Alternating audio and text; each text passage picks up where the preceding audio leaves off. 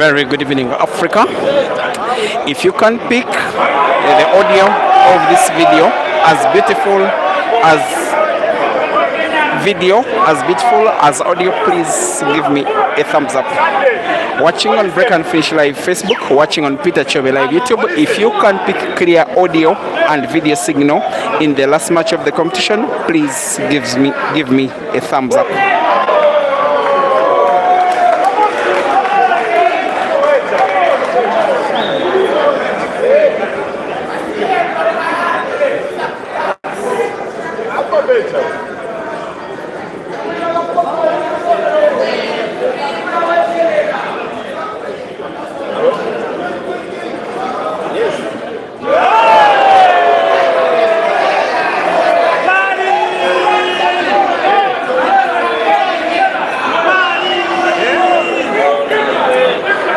Yes, I will not be asking for the apologies for the Lusaka load shedding. That one is not my fault. It's not even a fault of Billiards Cafe. That has been the story. I just pray that it doesn't affect the network signal, because in the final, it is something that, yes, you just don't want as a streamer.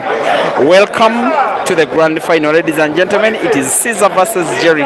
It can never ever get any better. Two of Africa's prodigal sons coming from Durban in South Africa via Johannesburg is Jeremiah Naido. Coming from Lira in Uganda via Kampala is Caesar Chandiga. The prize for the victory of this match is $4,000 after coming first. Whoever of these two players will be, who will defeat each other. To come first, take home the money and the chance for each of them to be a first-time winner of the Billiards Cafe double live competition. Welcome to Billiards Cafe for one more time. Welcome to Lusaka. After about 11 days of myself following the Ugandan team, that is Kasozi Joseph and Ian Kazebe, to Zambia, but via Zimbabwe, participating in money matches and also streaming a comp of the Zimbabwe Polar Station, then moving via the road, moving on road via the Chirundu border, getting into Lusaka Wednesday evening, and now streaming a comp that is having its fourth day out of 4. It has been played on double life basis, with all players in the competition having lost twice besides 2. Jerry has lost once in this competition in his first round against a little known Zambian player. Caesar has lost once in this competition in his second life in the quarterfinals against Jerry, the winner of this match.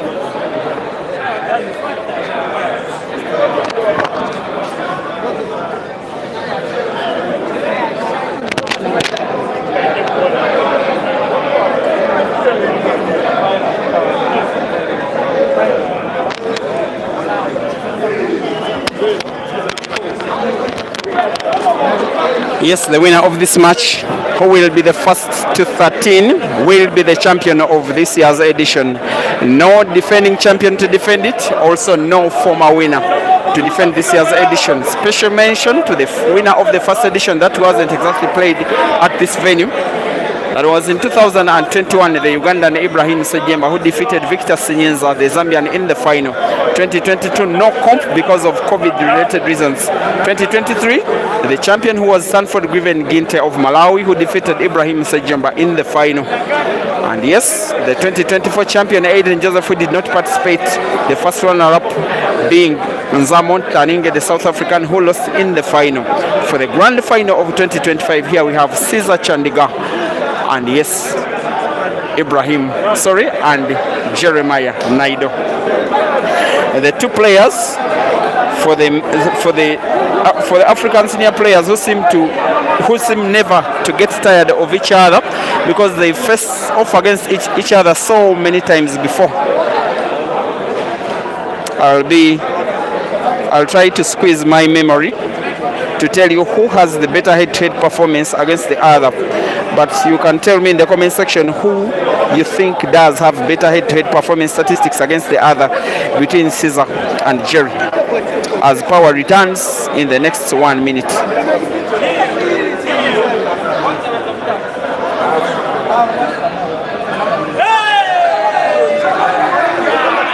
as we have the return of light. And there was a money match in Tanzania around 2.5 years ago in Dar es Salaam between Caesar and Jerry. Caesar won by 21 frames to 15. There was another money match in Tanzania the following day. It was won by Jerry by 23 frames to 25. There was a money match that happened in 2023 in Bulawayo before the Queen's Sports Club double elimination event that happened, which was won by Caesar. In the tournament itself, Caesar defeated Jerry in a race to 9 by 9 frames to 6. But in the pre-tournament money match, the money match was won by Jerry, racing to 15 for $1,000 by 15 frames to 11. There was another money match, not a money match, but a 4-man comp that happened in South Africa that was won by Caesar. In the semi-final, he took on Jerry, and a pre-tournament money match was won by Jerry, who defeated Caesar by 11 frames to 9. Then a money match in South Africa later, about 2 years ago, when Caesar made his first tour of South Africa. The money match was won by Jerry by 21 frames to 14. And then another money match the following day, Jerry defeating Caesar decisively again by 21 frames to 18. That was when Jerry even dared to head start Caesar, something that he wrote on his Facebook socials. Then Jerry did make a tour of Uganda. That was early last year, playing money matches against the best of Ugandan players. On a Friday evening, he had a money match with Caesar racing to 21 for $2,000 by a decider, Jerry winning by 21 frames to 20. And then the following Monday, the two players decided to double the pot to $4,000. The match that I did stream on this very platform, racing this time to 25. The match was won by Caesar by 25 frames to 10. Another money match happened in Johannesburg. Who doesn't remember that match in which Jerry produced 11 apples in a race to 21? He won by 25 frames to, in a race to 25, and he won by 25 frames to 10. A match that was filmed by Francis Mukweko and Kipixel's photography. The two players late in the year last year met in the semi-finals of the Grand Mchana Open. Also a match that I remember commentating on. The tournament was won by Caesar. Of course, he won the semi-final rather comprehensively by 7 frames to 2. There was a post-tournament comp organized by Caesar's management team, the ATA, a Super 16-man comp of Africa. It was won by Kelvin, but in the semi-finals, Caesar defeated Jerry in a race to 13 by 13 frames to 11. Then early this year, the two players faced off in the Grand Mchana Open Super 16-man comp. It was a double elimination competition in the first life. It was Caesar who won in a race to 16, the race to 13 it was, and then Caesar won by 13 frames to 11. Jerry used his second life to qualify into the grand final, where he did take on Caesar in a one. They decided to have one grand final, not two. The organizers then Jerry won that grand final, yes, by 13 frames to. It was race to 16. Sorry, he won by 16 frames to 13. I think the last time before this competition that they faced off these two was another 16-man comp, an aftermath of the Q Masters International Carnival. That was an aftermath of the Timbuktu International Pool Carnival in Eldoret in Kenya. They faced off in the quarterfinals, and the match was won by Caesar by 7 frames to 5. Of course, he won the comp itself. The very last time that they faced off up to today was yesterday in the quarterfinals of the First Life. Who doesn't remember, in a race to 11 that Jerry defeated Caesar by 11 frames to 9. Those who have the math can count who has the better head-to-head performance statistics against the other. Now they meet for the 18th time. Jeremiah Naido leading against Caesar Chandiga by 2 frames to 1. Once again, the race is 13 for the chance to be crowned for the very first time champion of the Billiards Cafe double life competition. Special thanks to the organizers, Chisha, Tesfa, of course, Victor, amongst all others who have done very good work. The ambience here is electrifying. The fans are well behaved. They are also quite neutral. Some are just enjoying the game. Some are deciding to choose between the two non-Zambians whom they can support. Caesar will be having, in my opinion, the lion's share of fans because he has a very big history in Zambia. Jerry appearing in Zambia only for the second time, especially after coming in the last 16 of the event that was won last year by Aiden Joseph. In the same event, Caesar didn't reach the last 16. One life, lost to Royd, another round, lost to Aiden in the early rounds of the competition. Now he has gotten himself into the grand final, especially after losing his first life to Jerry. That is the scorpion stroke that is commonly so fond of him, and is utilizing it quite perfectly. He looks to be on the verge of equalizing against the bulldozer who bulldozed him right down yesterday on this same table, but now a different stage in the competition. Very good pot, very good cue spinning around its axis of the right cushion of the table. And Caesar needing to put one red diagonal to the corner pocket top right with a little bit of left movement of the cue ball. The rest is a formality. With the scorpion now needing to roll the black to the center pocket on the right as the fans chant his name. There's a little bit of a cut, but he will be okay. The equalizing frame is won by the scorpion. Once again, Caesar 2, Jerry 2, race to 13.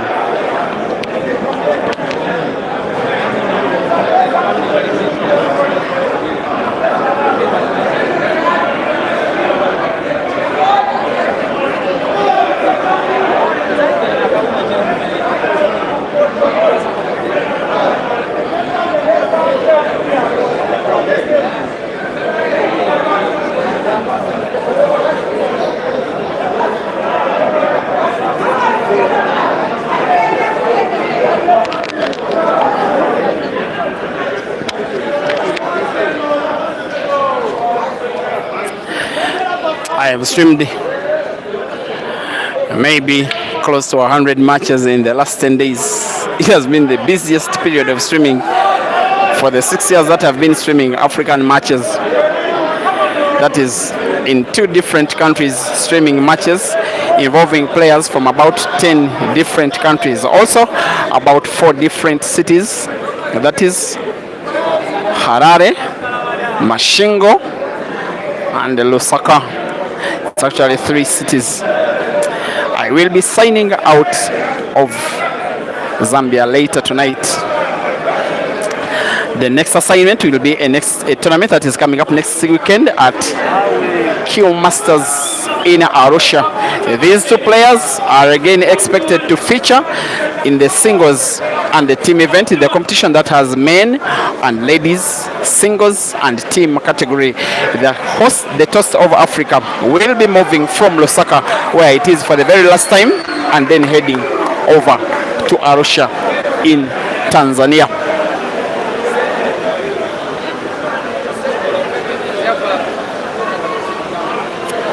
Africa is fired up clearly, ladies and gentlemen, only with 4 frames played.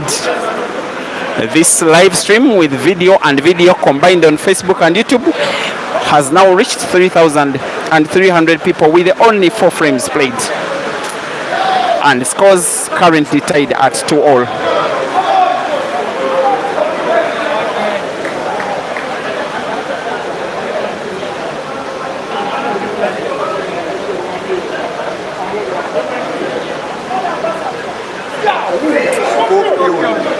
That is the scorpion stroke, as his fans call it, and he's utilizing it to his advantage to full perfection, but now needs an even bigger shot because there is straight line between white and red. Potting the red to the corner pocket top left is something with ease. Manipulating the cue ball to pot either of the reds which are at the bottom end of the table is something different altogether.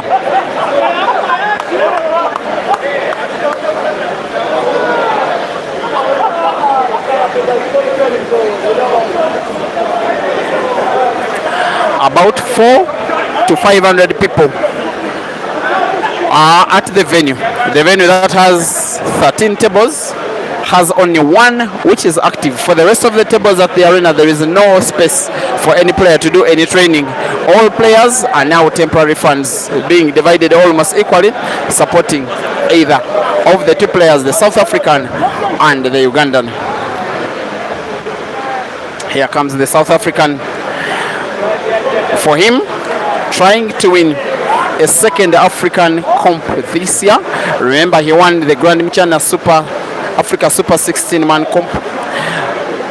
Though it was not open, same applies to Caesar trying to win a second because he had won the Q Masters Super 16-man comp. He did defeat Royd in the final. For Jerry, victory was against Caesar in the final. Jerry has just played, in my opinion, effectively well, especially in terms of defense, and Caesar is deciding that well. Sometimes patience pains, but it can be paying. Responding to safety with another safety of his own.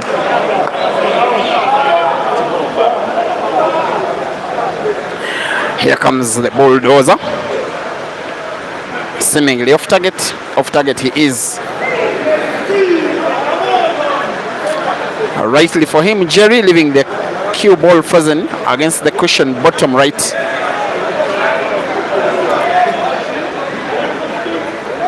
And for Caesar aiming for the middle red of them three left on the table.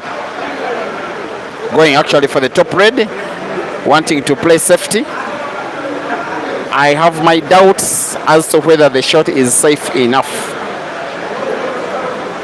It is actually difficult for Jerry to put any of the 5 balls left on the table, but yes, he can. A sharp cut on the one that is close to the cue ball, trying to put it to the corner pocket top right.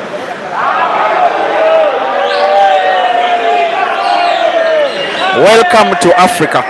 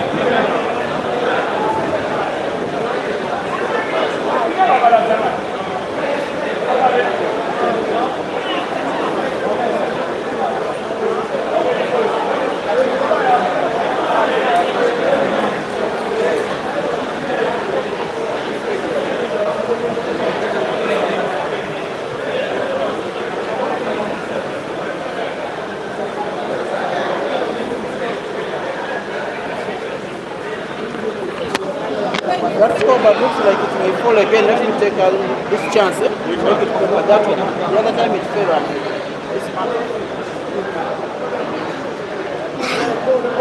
That's how we know.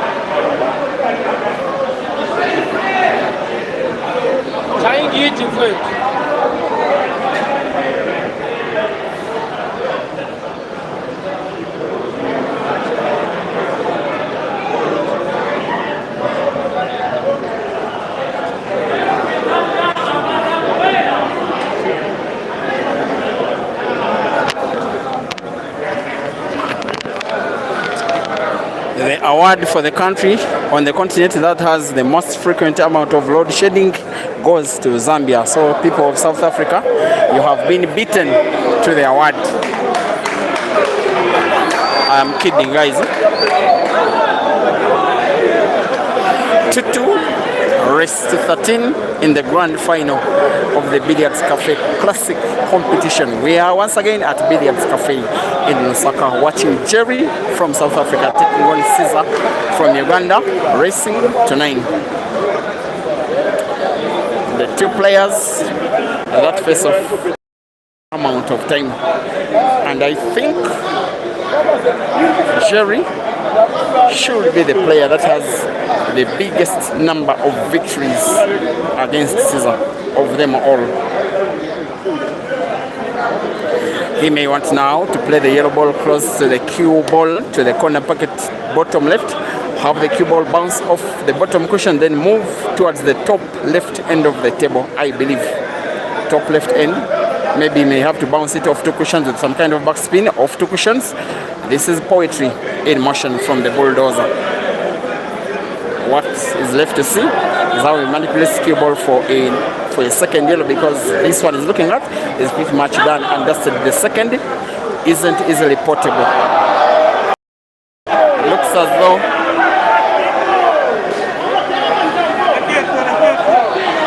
the power outage is affecting him of the two, because it is every time him that is aiming, and then power goes off. Even for 2 seconds, he felt that it was really cooking him, in quotes cooking. Once again playing the same shot, potting yellow to the center pocket. That will do, I think it will do, but it won't give him natural cue ball for black. You count on him to pot the yellow. He's going for a bank to the center pocket right with a backspin. The shot is off target, and most likely than not, he will be losing the frame.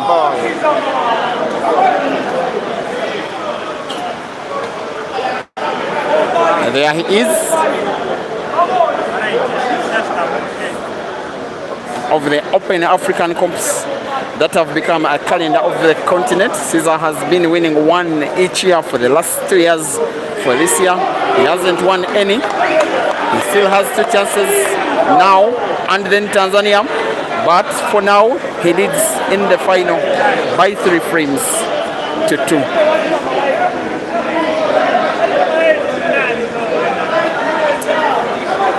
Once again, this is most likely to be my last stream in the advent of Zambia, which is a country that is very lovable. 4th time that I'm finding myself in Lusaka, once each year in 2022, 23, 24, and now. But coming for Billiards Cafe Comp for the 3rd time, the 2022 edition, where was the African Pool Championships, organized by the AAPA. Our tournament umpire is called Chisha, a member of the organizing committee. It's a job well done. There have been almost no incidences. The few times that some players had those very normal arguments, everything was sorted out, because for almost every match there has been video evidence of each shot, so it has been okay. It is close to a flawless competition. Also, this year crowds have been controlled by making them pay. Even when they pay, they make sure that they are limited in terms of the numbers that access the venue, not as it was last year. Also, the fact that the tournament has been played for 4 days. If you do remember, the grand final last year was played on the 3rd day, and we played the final at 2 a.m. Most of you were only able to watch the match after the live stream was done. There is as well improved internet. Last year it was almost impossible to stream on YouTube, and the Facebook streams were very, very jumpy. This time, maybe internet speeds have been improved. Even when there has been load shedding, internet has relatively been okay. Also okay so far is Caesar's playing pattern.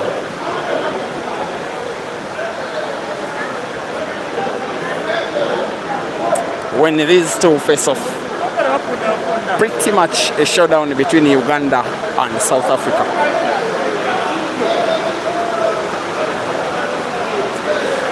There's only one South African who will not be supporting Jerry. Special shout out to you. Marisa Sifomokansi watching from Johannesburg, supporting the guy who is on table.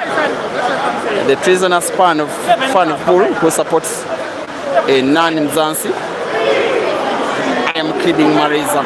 As we watch the Scorpion finishing off what looks like his fourth frame being won in the final. Just later shots. He simply has to roll. Maybe that red to the corner pocket top right. I'm not so certain black is possible to the center pocket right. If it's not, then he has work to do to manipulate the cue ball to another center pocket or corner pocket.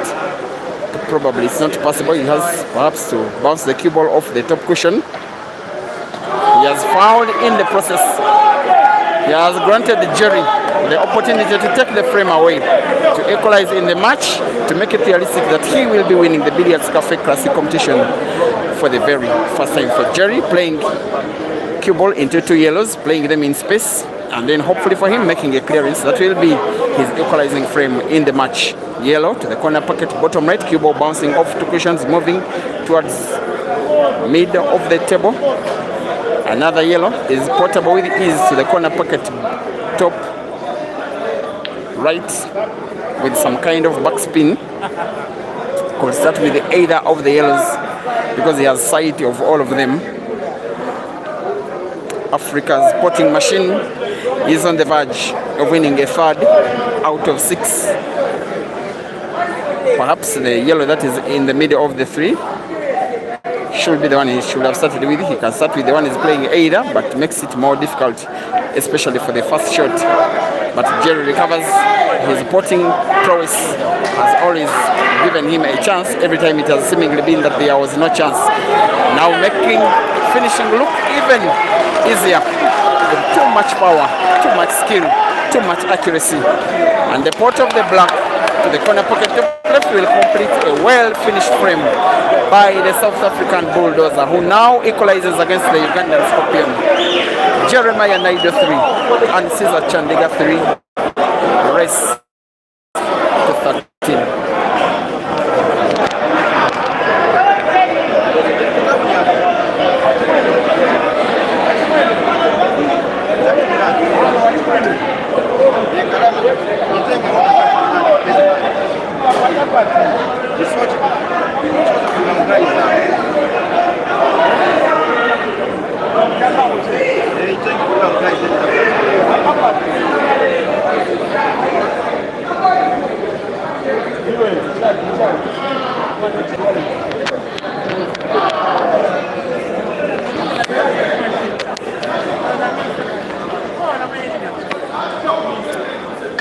Now this is frame number 7 for Caesar. It is a scratch, maybe a second frame in a row in which the pot of the white ball is benefiting Jerry.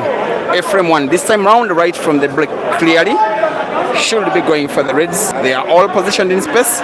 You wouldn't blame him a lot for going for the yellows either, most especially for the fact that black is so close to a yellow near the corner pocket top right. He nonetheless goes for the reds with the hope that black will be sunk within one shot. I think there is some space to pass it in, especially by cheating the pocket a little. That is with the big assumption that Jerry will be finishing them all 5 reds left on the table, because yes, he normally does finish them and finishes them with ease. He was the best performer in the 2 first and second live finals, especially the manner in which he defeated Royd Kabwe by 11 frames to 3. For Caesar, he took down Timothy Onida Sakala, as he took down Stanford Griven Ginte by 11 frames to 7.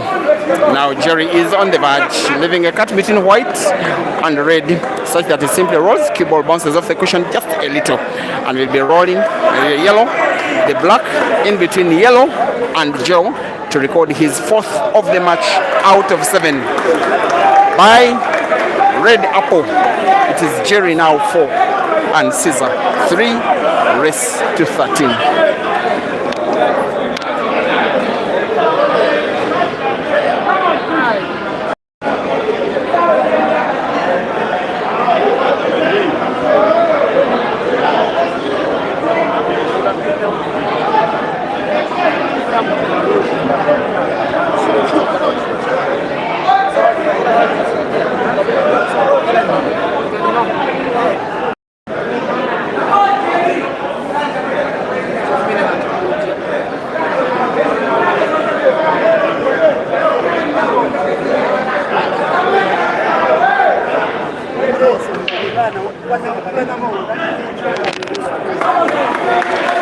Jerry's break, frame number 8, is fair as he has gotten to pot 1 yellow. More likely than not, he will interest himself in playing the yellows.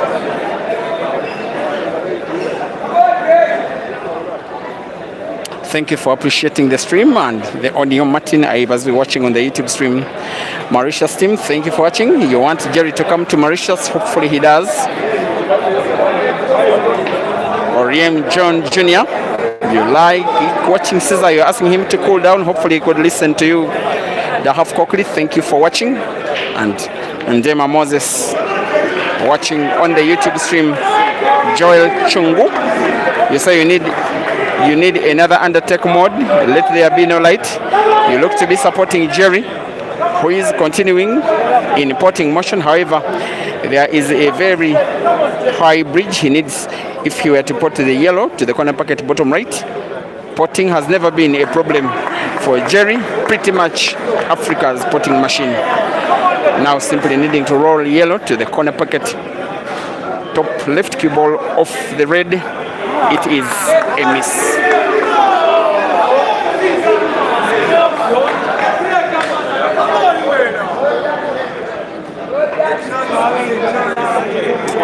This match is reminiscent of the first live final between Caesar and Ginter. I remember Ginter leading bigly after the first 4 frames. I'm not saying that Jerry will not win, but out of the blocks, Ginter was the faster player. Out of the blocks in the final, grand final, Jerry is as well the faster player. Caesar clearly going to play snooker. Hide the cue ball behind red and black.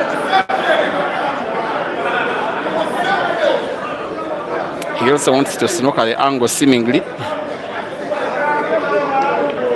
You do fancy that Jerry will find the yellow of maybe 2, 3, 4 cushions. Whether or not he can pot a ball, your guess is as good as mine. But he has that very good ability to find. You see how he demonstrated it and has played it live. Demonstrated the entertainment part of the game, where a ball is even not potted. Maybe Caesar is deciding that, yes, Jerry, I have now had enough. Perhaps he's going now for the frame, try and win the frame and equalize in the grand final against the green machine. There we go.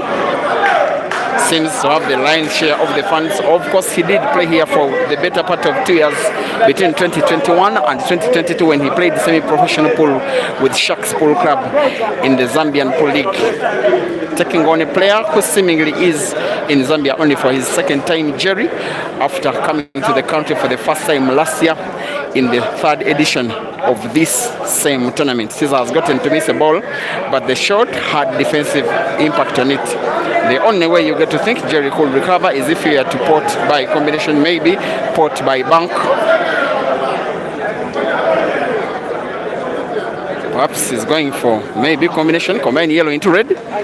It was always going to be very difficult. In the end of the day, it is a foul, a chance for Caesar to win a 4th. That will be his equalizer in the final.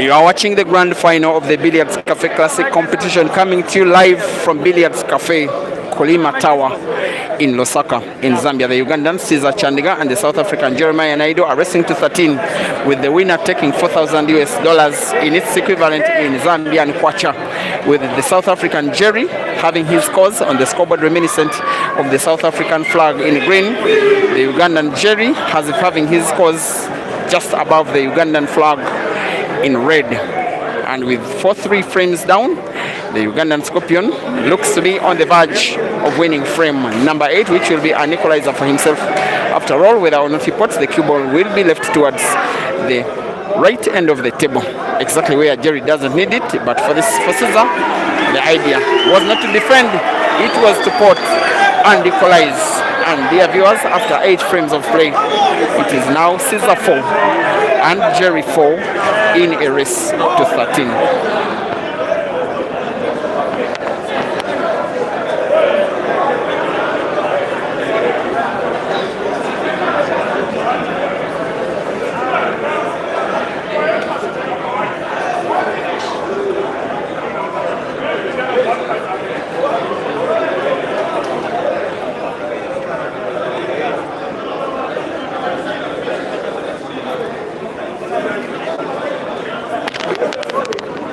The umpire, Chisha, will ensure that there is no spacing between the balls, which Caesar hits big and gets to make one red, leaving this time around the cue ball on the table bed. Yes, actually left the yellows, in my opinion, the better positioned balls.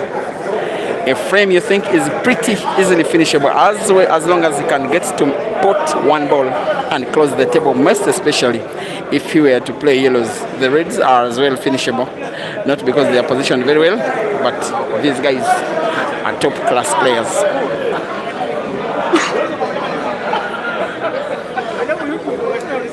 The Scorpion closes the table playing yellows.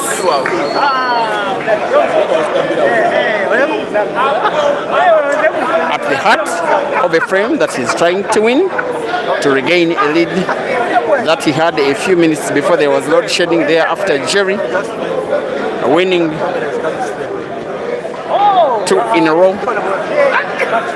After Caesar fouling in both frames, one after a forced shot, the second after a scratch on the break.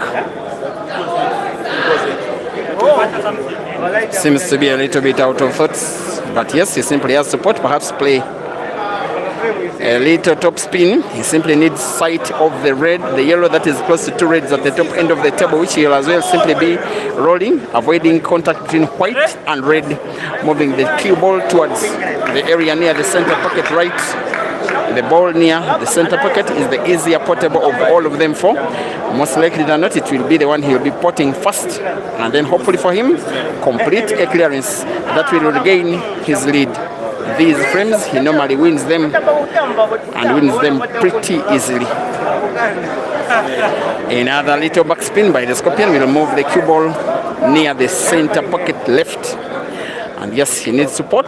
Last yellow near the center pocket right. Just a little top spin, cue ball following the yellow a little bit off the cushion. This is lovely. Perhaps to entertain, besides to win, the Scorpion leading in the grand final by 5 frames to 4.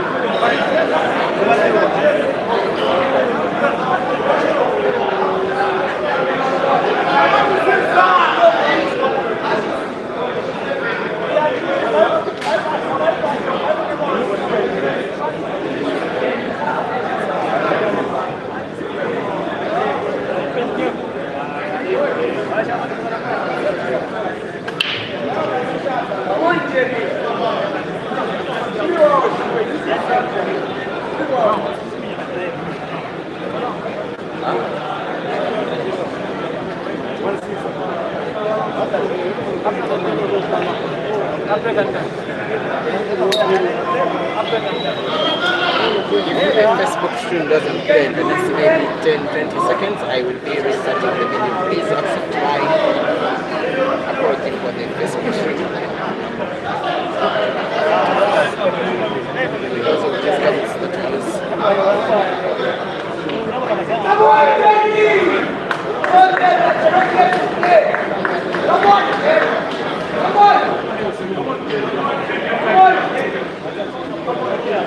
All right, I'm restarting the video.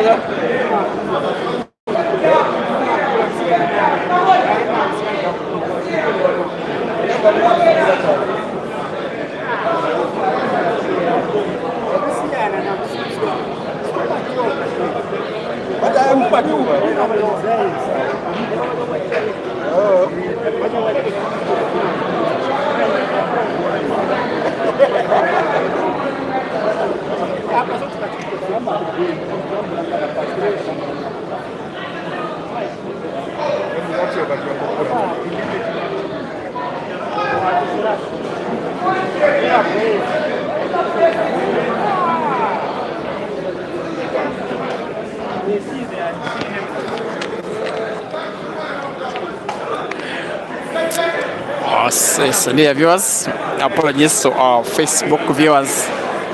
There was an internet glitch for the Facebook stream.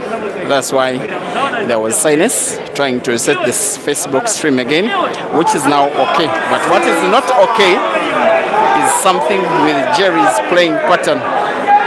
The player that is supposed to have the best potting power on the continent has missed the easiest of them balls.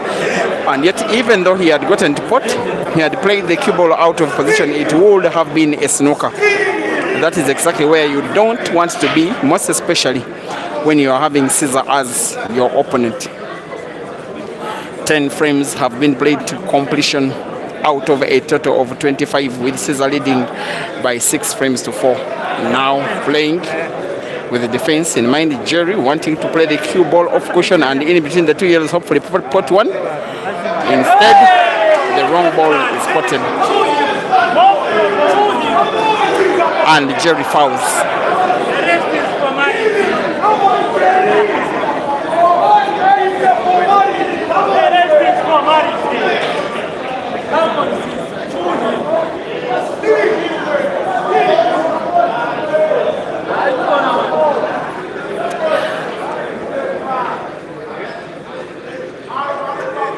For a free shot, Caesar is nominated to play Jerry's yellow. A little bit away from the ease with which it will be potted. Maybe a sign of respect between the players. He wants to make absolutely sure that if he doesn't finish the frame, Jerry doesn't find it easy to finish either. And yet finishing the frame, you fathom, will not be a very hard ask for the Scorpion, who will now be potting red to the corner pocket. Cue ball bouncing off the cushion and moved towards the top end of the table.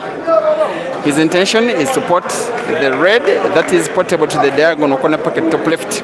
And with this on the cue ball, I believe so. A red to the corner pocket, another to the center pocket, gives him natural white for the black to be played and potted to the center pocket with a simple roll. Cue ball following the red just a little bit, and black to be sunk to the corner pocket top right as he records a third frame one, all in a row, leading with 3 frames. After 11, it's Caesar 7 and Jerry 4.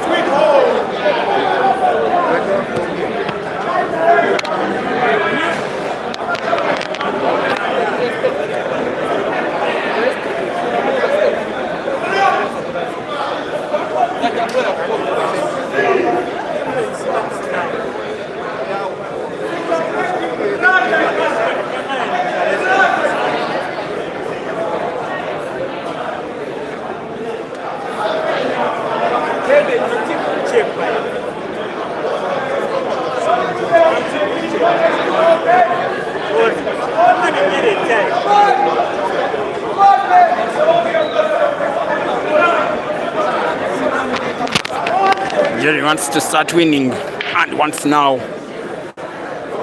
It's just that's the break has invaded him for now the second time in a row.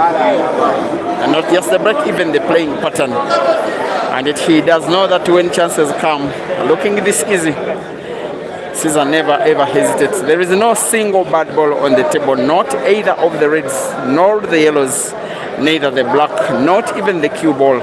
It is just a frame where any player at this level would be going for a green apple.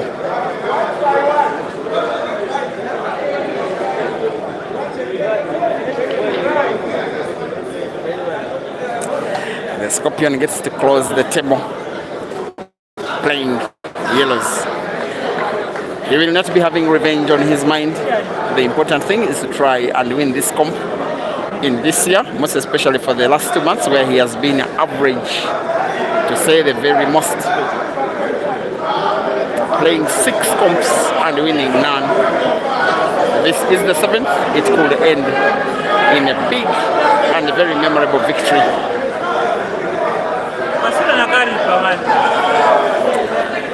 And the yellow that is closest to the corner pocket's top right will be potted first. And create space for another yellow behind it to be potted to the same pocket. Not exactly immediately, but he's coming closer, getting there, making it realistic. For this one, he may have to play top spin, cue ball to follow the yellow, then move towards the cushion and then come off the cushion, and yet it is a miss. Very unexpected, but yes, advantage, Jerry. Hopefully, for all watching from South Africa, most especially his birth city, Durban, will be hoping that the Bulldozer gets to win this frame, and hopefully another, and another, and another, and then mount a comeback that will lead him into a second African Cup being won this year. Please remember, he's the winner of the Super Africa 16-man comp that was played on double life basis at Michana Pub and Grill in Nairobi. His current opponent was his victim in the final earlier. Of course, that competition did spark off some controversy, with Caesars fans not happy. It was a double elimination competition, but Michana Pub decided to set the regulation where the grand final was won, although there will be one player that wouldn't have lost before playing the grand final. In this time, we have one grand final, a double life competition, where Jerry finds himself snookered in a match where for the last 3, 4, 5 frames has just not been playing well enough. Jerry seems to say that he is snookered. Caesar says you have sight of one of your reds. That if he were to play cushion first and then play the cue ball into the red, there has to be another ball that is either potted for the reds or any other ball that reaches any other cushion. That is the implication of whether or not snookered by his stroke and stance. Seemingly he wants to find a way to pot. Jerry doesn't simply want to avoid fouling, he wants to pot off cushion into the red, not any close to making any pot. And maybe he's losing the frame. You fancy that Caesar will be playing the top yellow first. He's instead playing the one to the center pocket. From my camera position, it seemed at one time as though it wasn't possible. But yes, Caesar has used a little bit less power than he would have fathomed, needing a big shot to recover. The yellow close to the center pocket has to be played with power, with right spin on it, bouncing the cue ball off the bottom cushion, and the soft cushions, moving it back towards the top end of the table. With right spin, off 1 and 2 cushions, beautiful cueing from Caesar. Another shot with pretty much the same quality this time, backspin, no better way. With the straight line between white, black and pocket, Caesar wins frame number 11 to become his 8th out of 12 of the match. Actually 12th frame. Caesar 8, Jerry 4. Timeout, Jerry.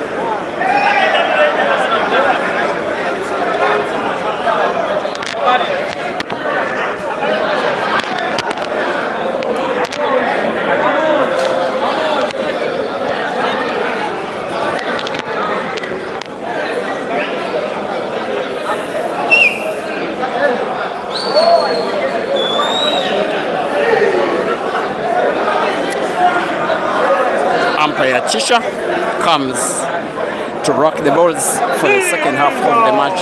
Of course, the first half is 12 frames, the second half is 12. If need be, if the players are drawing 12-12, then we have a decisive frame. You are watching the second half of the grand final of the Billiards Cafe Classic competition. We are at Billiards Cafe Kulima Tower in the Central Business District CBD of Lusaka, along Kulima Road. And yes, after close to 100 players having played in this double life competition, only two are left. They are the only two, yes, that have only lost once in the competition. For Jerry, losing out in the first life in the first round to a little known player called Ali. Caesar losing out to Jerry in his second life quarterfinals. Caesar's first life making it all the way to the final after defeating both Sakala and Ginte. Jerry, after going through both Kelvin and Reid, the two Zambian players today, being defeated by Jerry. Now presenting a grand final which will determine who of these two will be taking home $4,000, but in Zambian kwacha equivalent. With now Jerry looking the more likely of the two to win frame number 13 right on timing. Here he is. More likely than not, this one is as good as gone. Connecting red into red, having the cue ball bounce off the right cushion and into space to manipulate cue ball for another red to the center pocket left. It's actually center pocket right. The little problem is that if he simply rolls it into the pocket, the cue ball is not natural for the one that is packed against the cushion, because he would have gotten himself snookered. That's why he'll play the pocket red first, have the cue ball bounce off the cushion and have it into space, this time to pot red, with a little more comfort to the same center pocket right. Again with top spin, cue ball bounces off the cushion, but the shot is off target. Jerry in the final is just not himself. It is not the version that defeated Royd. It is not the version of Jerry that defeated Kelvin. It is not anywhere close to the version of Jerry that defeated Caesar in the second life quarterfinals.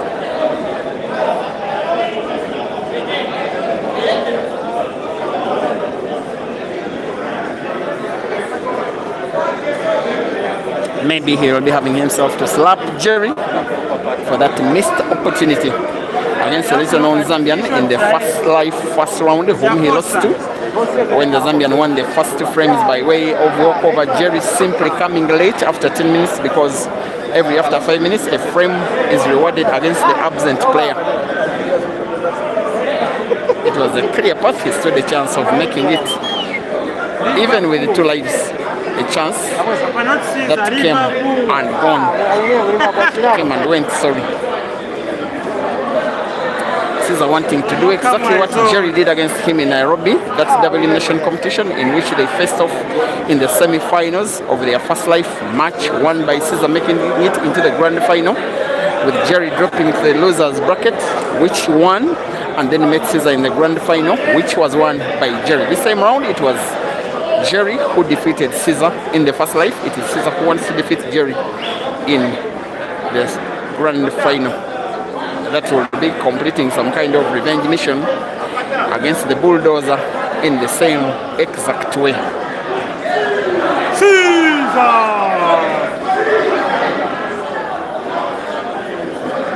And the fact that he's calling on Jerry to observe a yellow ball, is communicating to him that the ball is not frozen against the cushion, and it is reminiscent that Caesar wants to play snooker. Umpire Tisha disagrees with Caesar. He tells him that the ball is frozen. Caesar simply has to play snooker with that. The cue ball has to tap the cushion.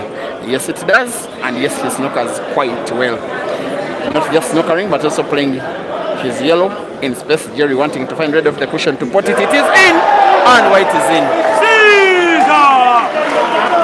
Oh no, Jerry. Even when he has been playing well enough, luck has evaded him. It is not just Caesar playing better, he's also the more lucky player in the final. Of course, luck is an opponent, is an ingredient for success, not just quality. There's preparation, there is luck, there is fortune.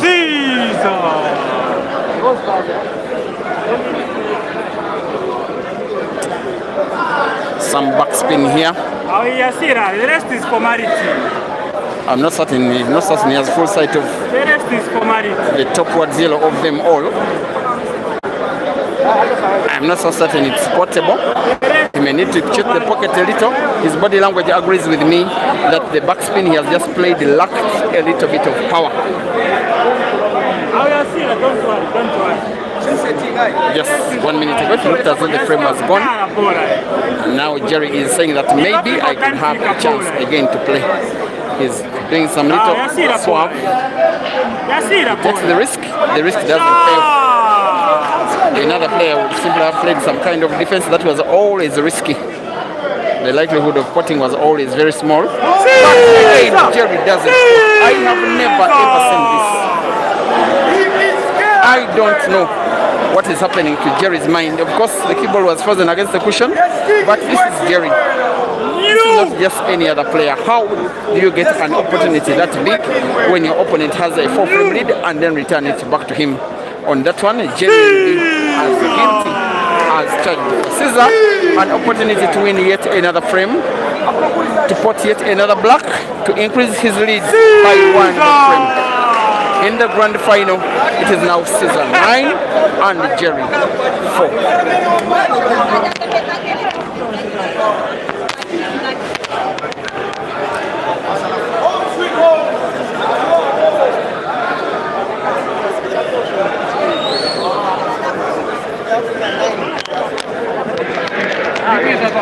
I want to thank the people of Zambia so much, the pool fraternity. I have to confess I've enjoyed some love here. That doesn't happen to me all the time. Meeting so many of the people who normally watch these videos when I stream from home. They value me more than I value myself. There's even one that bumped into me and gave me a power bank. And I've been enjoying free drinks and meals since my arrival. My departure, signing out of Zambia, is tonight, as the final gets closer and closer, poised in favor of the Ugandan. However, for frame number 14, Jerry has at least gotten to put a ball on the black. The yellow it is, and it's going for the yellows.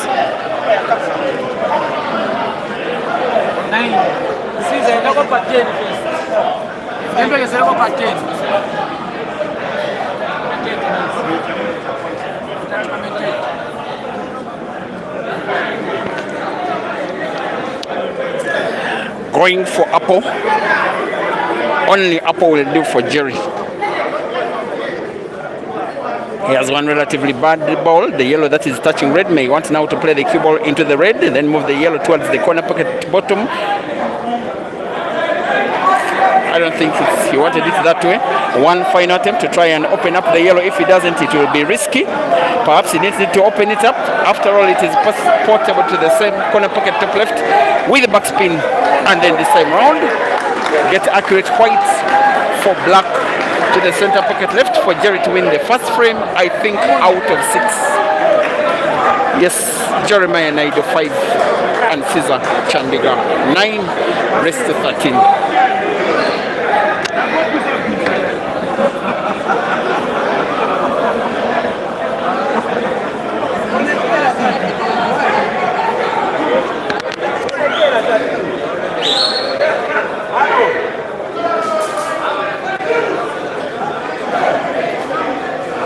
Edson. Move.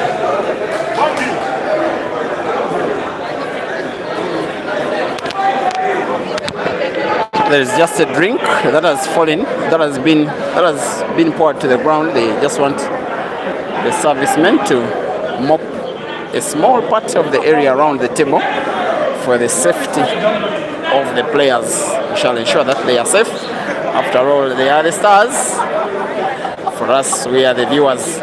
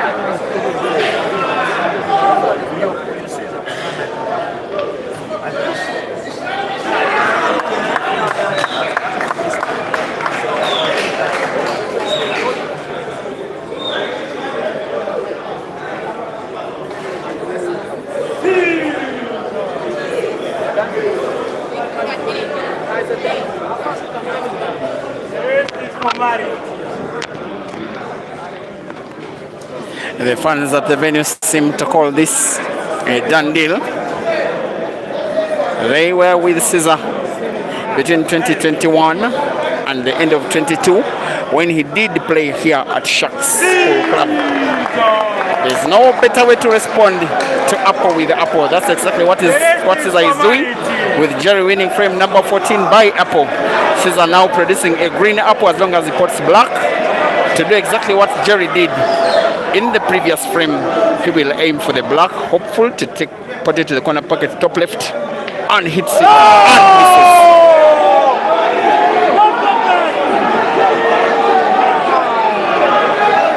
Now that is part of the drama that makes the sport unique and beautiful. For they say you never say never. Cue ball was okay, black was in space, ball was portable, and then some of the better players miss even the easiest of shots. It has happened with Jerry, it has now happened with Caesar in the final with $4,000 at stake. By the way, it happens some of the time. Moments like these can be the turning moments of big competitions. Then you see the player that is training, winning frame after frame after frame. Before you know, the pressure mounts onto the player that is leading. Before you know, the game is tight. Before you know, we are playing out a decider. It does happen. So hold your celebrations. Caesar fans who are dominant in the comment section because of the lead, which looks to be on the verge of being cut to 3 in Jerry's current visit of the table. Just to produce these clearances every time he's granted chance. The lead is just too big. Will now want to cut yellow to the same corner pocket he has just spotted the previous. Have the cue ball bounce off 2 cushions. That is the bottom right cushion, and then starting with the top yellow first. That one is a little bit more difficult because the movement of the cue ball will be intercepted with the black. For this one, it is easier. Cue ball is almost natural. Bounces off 2 cushions and then move towards the top left end of the table. For him to put the last yellow to the corner pocket top right. Simply has to manipulate power. Well.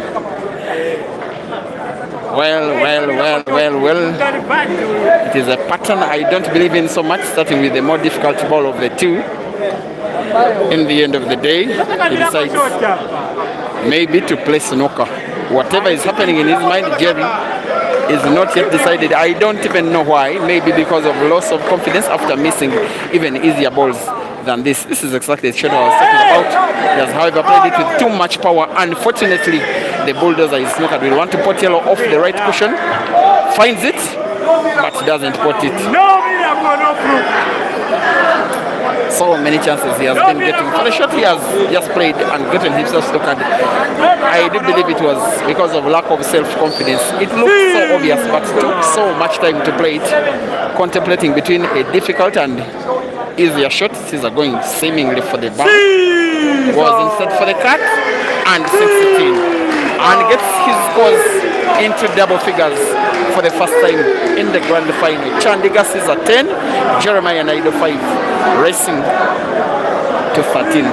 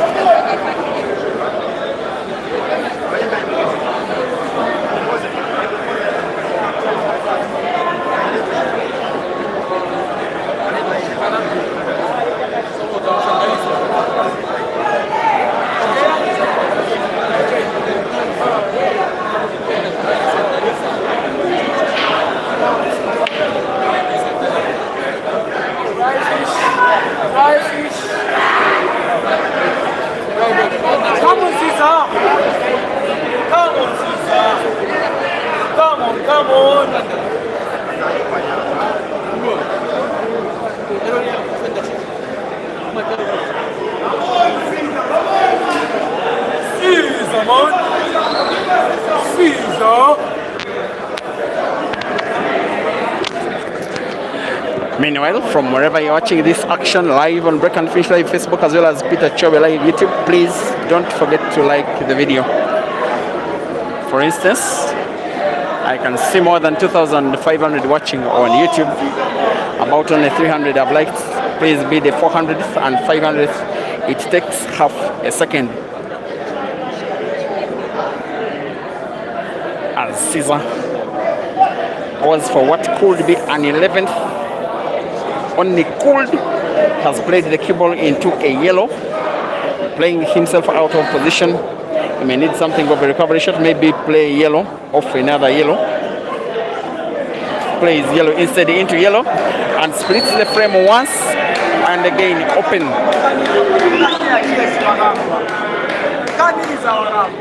There he goes, playing little nitty-gritties, but too detailed with spin, with power, with character, with quality. Being at a stage he has been so many times, been there and done it, on the verge of doing it, this time against Jerry, whom he has defeated once in a major African Cup final, the final of the Queen's Club Nation Cup in Bulawayo. In 2023 could be the same exact outcome in another final against the same exact player. Caesar the Scorpion now needing to put black to the corner pocket bottom right for him to come within 2 frames of the victory. And there he does. The Scorpion 11, the Bulldozer 5, with Caesar starting to see some light at the end of the tunnel. Him needing to win 2. Jerry needing to win 8 out of the remaining 9 frames, or else succumb to second place.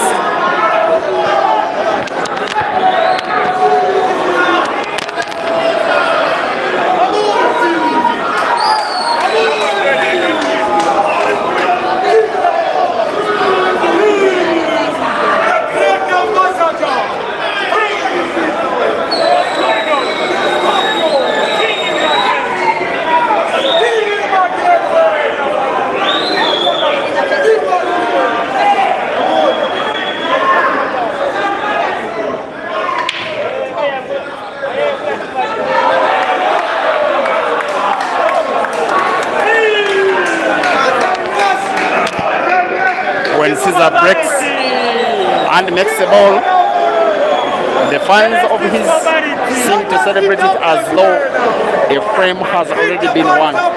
It is very easy to predict. By the way, he's been playing in this competition, especially in the final itself, that this frame is most likely as good as one. He's nominating the yellow Caesar. On one visit of the table, aims for yellow and puts the yellow and closes the table. Caesar playing the yellows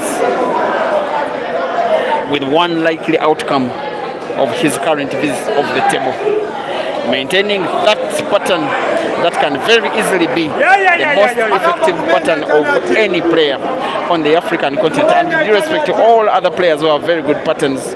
Of course, Jerry himself, Aiden, the Ginters, the Malvan Makonzas. Caesar, it's a pattern that is likely to win him yet another major final, making sure that for 3 years in a row he wins at least one major African Cup.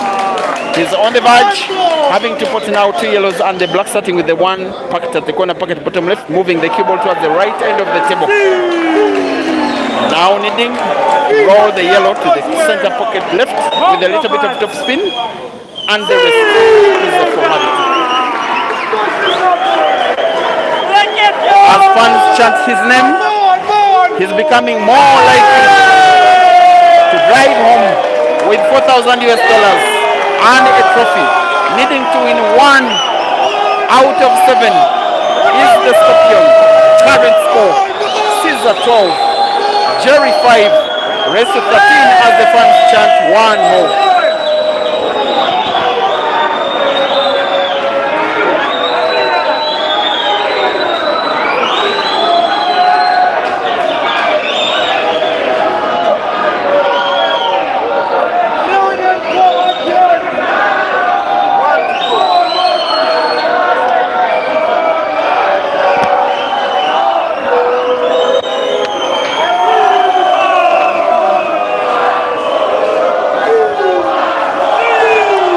chanting one more.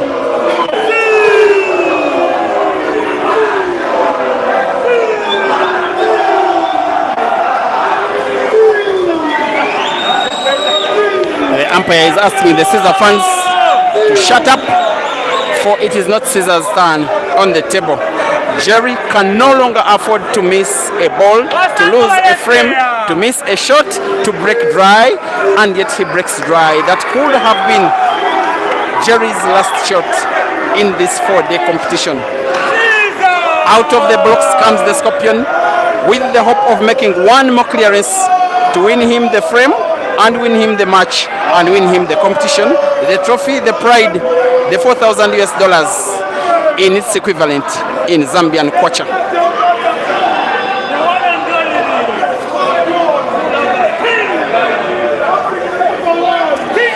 The table remains open.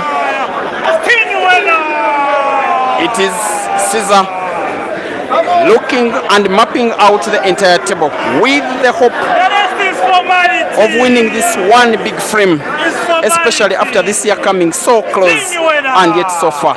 He closes the table, Caesar playing the yellows, with all the memory of him coming second at Q Masters in Tanzania in that big comp, coming forth with $4,000 at stake. This time round, he looks to be a beneficiary of a final in which he has been a much better player against his opponent in thought and playing level and perfection of pattern and avoidance of unforced errors. He looks to be completing a clearance to spark off celebrations of his fans here in Lusaka, but also more in Kampala, in Gulu, in Lira, in Jinja, in Arua, in Iganga, in Koboko, with the Scorpion now on the verge of the victory with one big shot for one final time in this competition. We are looking at the shot that is going to be the worth of $4,000 and a trophy and another major African Cup for the Scorpion.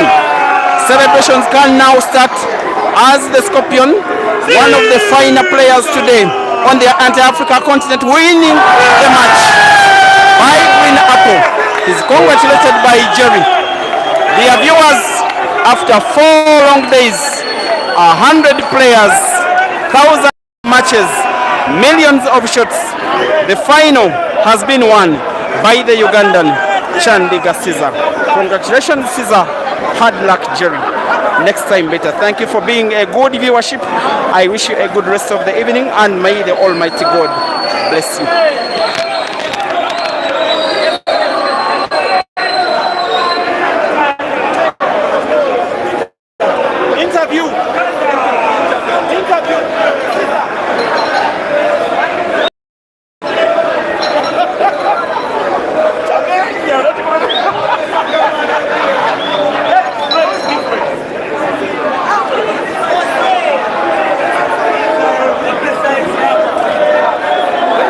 I come with this class.